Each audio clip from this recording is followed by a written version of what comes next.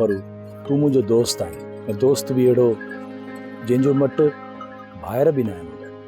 हाँ बिल्कुल सही तो चई सुल्तान।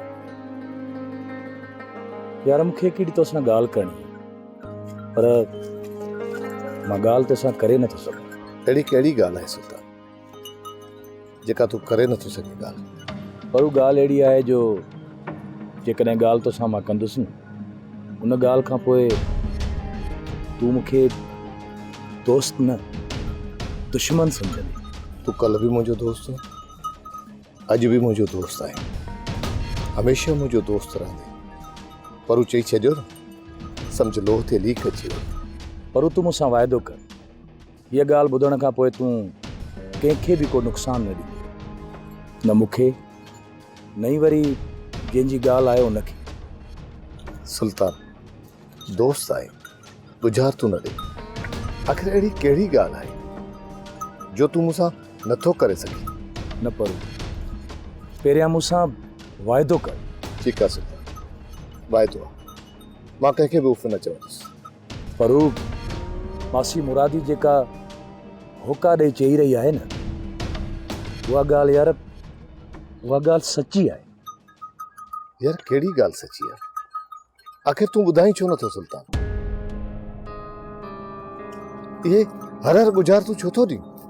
यार हो सदोरी सच में उमेद सां आहे। छा सुल्तान तुंहिंजो दिमाग़ त ठिकाणे ते आहे?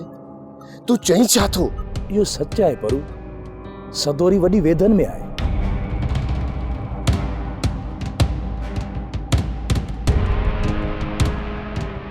आऊं चवें थी हाणे भेण खे जल्दी परणाए, न त 6 महीननि में ख़ैर सां मां मोटी वेंदे ऐं गुलड़नि जहिड़ो पुटु ॼणे ॾींदव।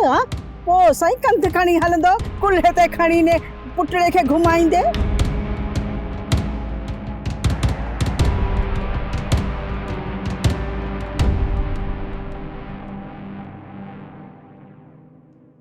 सूबेदार सोढल सियाणो थी, हाशिम खान जी चपटी ॾाढी ॻरी अथई। मां पीठल पाणी आहियां, अहिड़ो त ॿोड़ींदो साईं जो गुम में कार थी वेंदे। रैस हाशिम खान अहिड़ा दड़का दाबा वॾेरा मूंखे रोज़ ॾींदा आहिनि। चवंदा आहिनि न, जेको ककर गजंदो आहे सो वसंदो न आहे। ॻाल्हि चिटी कर सोढल, सालार ऐं गोहर खे गिरफ़्तार कंदे या न? छो न कंदुमि रैस हाशिम खान, छो न कंदुसि? मुंहिंजो कमु ई इहो आहे मुलज़िम खे गिरफ़्तार करणु। त पोइ चाचे जा पुट अथई छा? गिरफ़्तार नथो करी हुननि खे? छो नथो करी गिरफ़्तार हुननि खे? सोप सीरियल सिंध जाई तमाम एपिसोड्स ॾिसो हाणे HD क्वालिटीअ में। विज़िट करियो असांजो YouTube channel Sindh TV HD drama. Subscribe कयो असांजो official YouTube channel Sindh TV HD drama ऐं वधीक अपडेट लाइ बेल आइकन खे क्लिक करियो।